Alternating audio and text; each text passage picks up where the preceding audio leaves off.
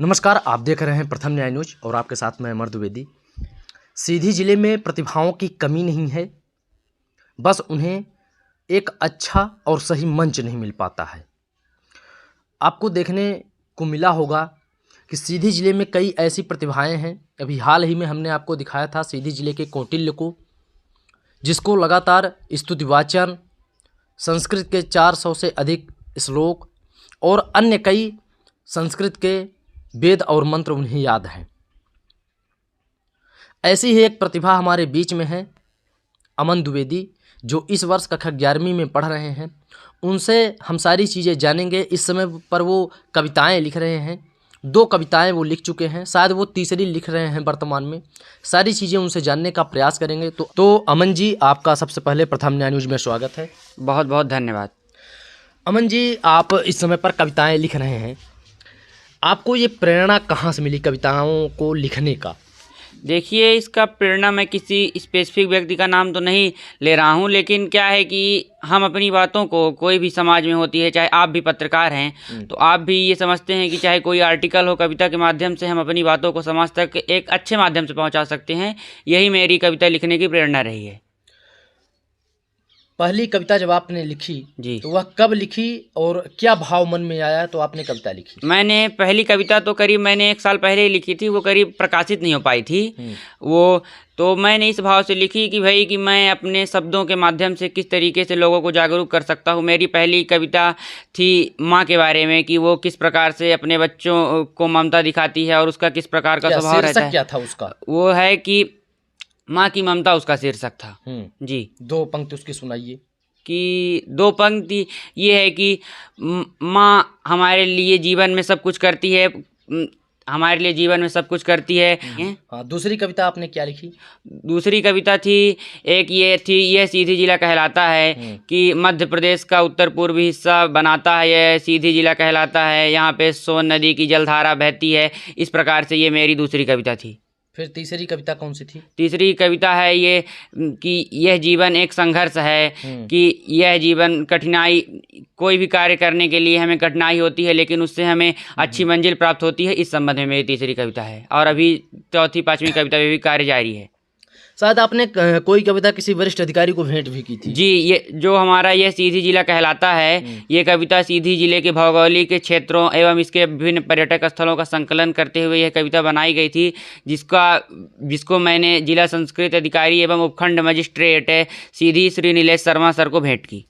और इसके पहले भी कोई आपने वन अधिकारी कोई थे, उनको आपने भेंट ये की थी? एक कविता वो मेरे ध्यान में नहीं आ रही थी, आपने ठीक याद दिलाया। वन ही सबसे बड़ा धन है, ये टाइटल था। तो ये मैंने कि वन मंडल अधिकारी सीधी श्री क्षितिज कुमार एवं एसडीओ फॉरेस्ट सीधी श्री बीवी मिश्रा सर को भी भेंट की थी। तो उनके तरफ से आपको क्या रिस्पांस मिला? उनके तरफ से ये रिस्पांस मिला कि आपको मतलब कि इसके लिए जो उपयुक्त मंच होगा हम प्रोवाइड करवाएंगे, और हम ये इसे अपने विभाग में भी प्रेषित करेंगे। जैसे अमन जी, आप जो ये लिखते हैं तो गूगल वगैरह सर्च करते हैं, अपने आत्मचिंतन से, आत्ममनन से ये चीज़ें लिखते हैं आप? ये देखिए, बहुत सारी पुस्तकें अवेलेबल हैं, और गूगल भी एक आजकल ज्वलंत साधन है सभी प्रकार के ज्ञान प्राप्त करने का। तो देखिए, आत्मचिंतन, गूगल और पुस्तकों का इसमें बहुत महत्व है। आप स्वयं एक पत्रकार हैं, तो आपको स्वयं पता होगा कि जब आप कोई खबर लिखते हैं तो उसके पीछे आपकी एक रिसर्च बेस होती है, आप उसके बारे में पढ़ते हैं तभी लिख सकते हैं। तो उसी प्रकार से मेरा भी है, जब किसी विषय के बारे में मैं गहन अध्ययन कर लेता हूँ तभी उसके बारे में लिखने में सक्षम होता हूँ।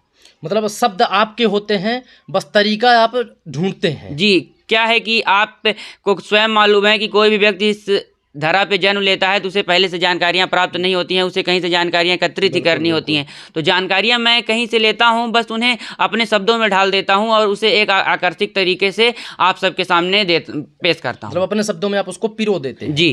तो सीधी जिले के सिहावल तहसील अंतर्गत सोनबरसा गाँव के ये निवासी हैं।